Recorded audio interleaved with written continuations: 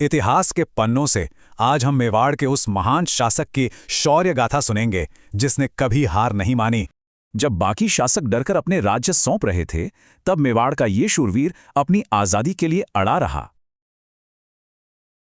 आज से 500 साल पहले दिल्ली की सत्ता पर मुगल सल्तनत का परचम बुलंद हो चुका था और इसके बादशाहत के सिंहासन पर अकबर की हुकूमत थी। अकबर विस्तारवादी नीति का बादशाह था। शुरुआत से ही अकबर ने आस पड़ोस के राज्यों को मुगल सल्तनत के झंडे के नीचे लाने के प्रयास शुरू कर दिए।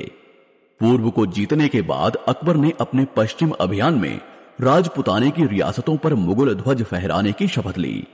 इसी के तहत राजपुताने में सबसे पहले आमेर रियासत ने अपनी पगड़ी उतारकर अकबर की बादशाहत वाली मुगल सत्ता को स्वीकार कर लिया।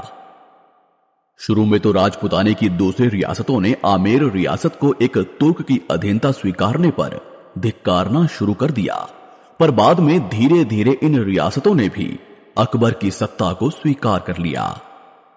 जब राजस्थान की बड़ी बड़ी रियासतें अपनी मदमस्त शान को गुलामी की बेड़ियों में बांधने में लगी हुई थी, उस वक्त मात्र मेवाड़ अपने स्वाभिमान की चमक बिखेरते हुए पूरी दुनिया के साथ खड़ा था। इस समय मेवाड़ पर राणा उदय सिंह का शासन हुआ करता था, जिन्होंने अपने पूर्वजों की भांति किसी की अधीनता को स्वीकार नहीं किया। इन्होंने अकबर को पत्र भिजवाया कि हमारे राजा सिर्फ भगवान एकलिंग जी हैं, हम तो मात्र उनके दीवान हैं। पर फिर भी अकबर ने राणा उदय सिंह पर भारी दबाव बनाना शुरू कर दिया। आस पड़ोस के राजाओं को उदय सिंह के पास भेजा जाने लगा।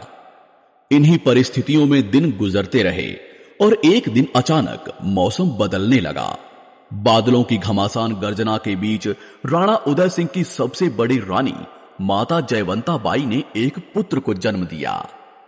मजबूत बदन, बड़ी आंखें, मुस्कान बिखेरता चेहरा बड़ा मनमोहक लग रहा था।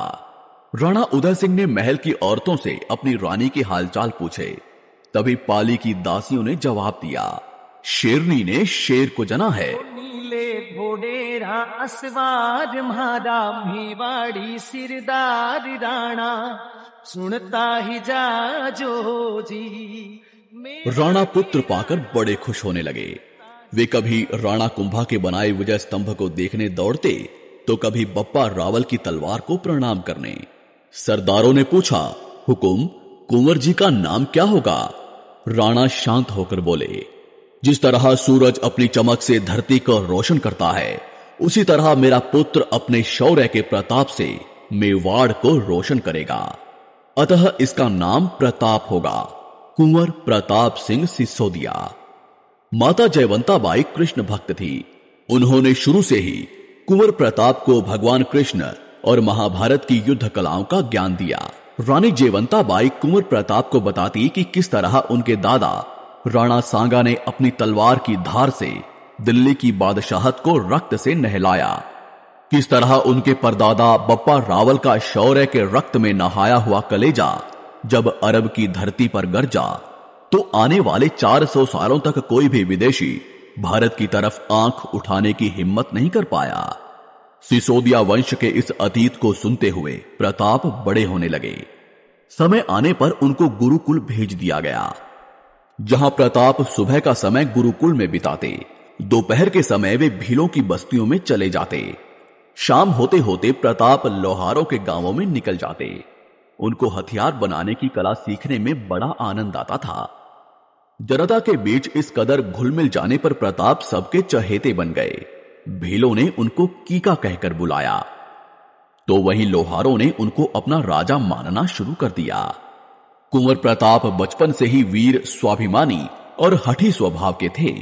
उनका शरीर सामान्य बच्चों से कई गुना मजबूत था। उन्होंने छोटी सी उम्र में ही अफगानियों की बस्ती पर धावे बोलने शुरू कर दिए।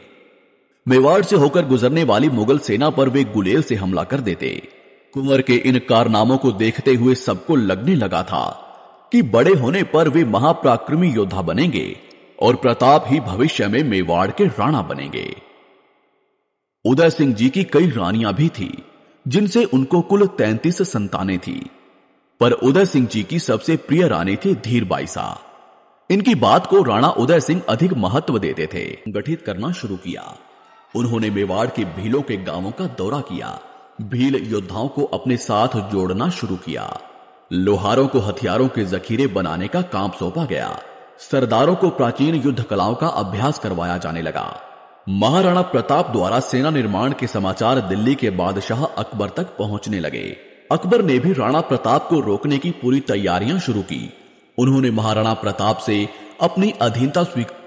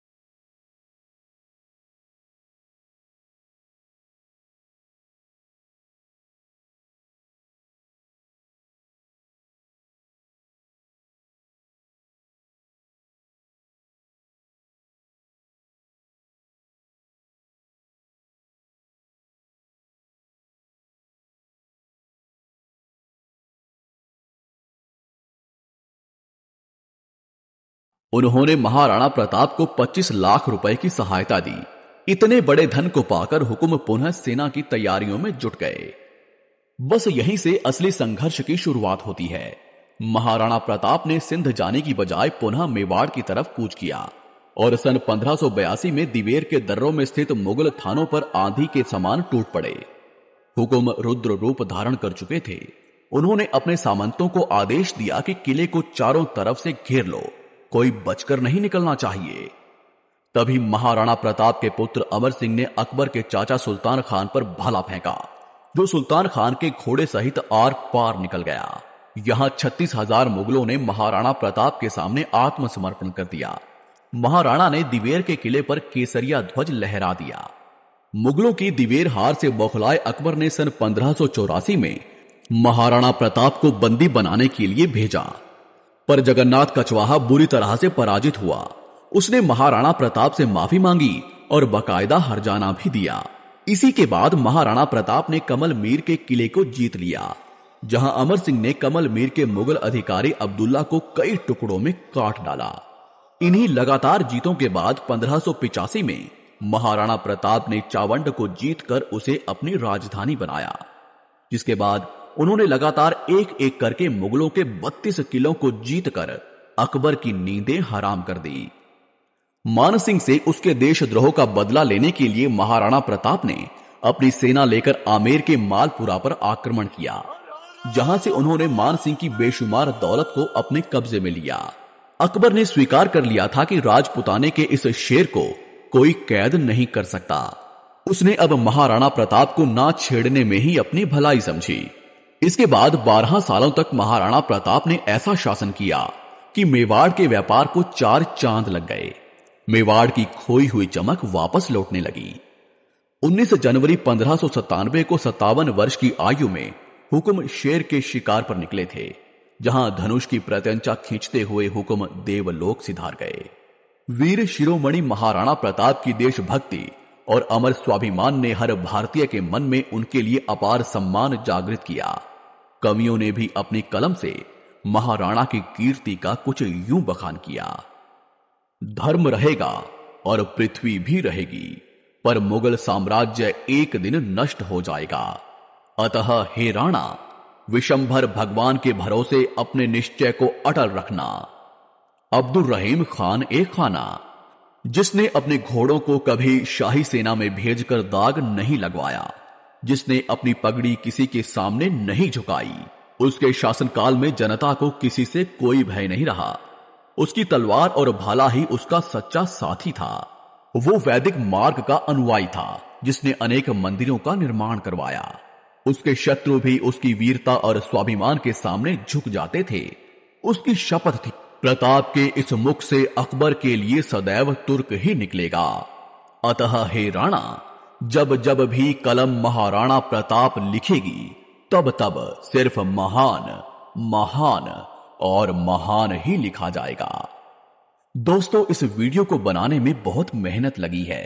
कृपया इस वीडियो को अधिक से अधिक लाइक कीजिएगा। चैनल को सब्सक्राइब करके बेल आइकन जरूर दबाइएगा। आपका आभार, धन्यवाद।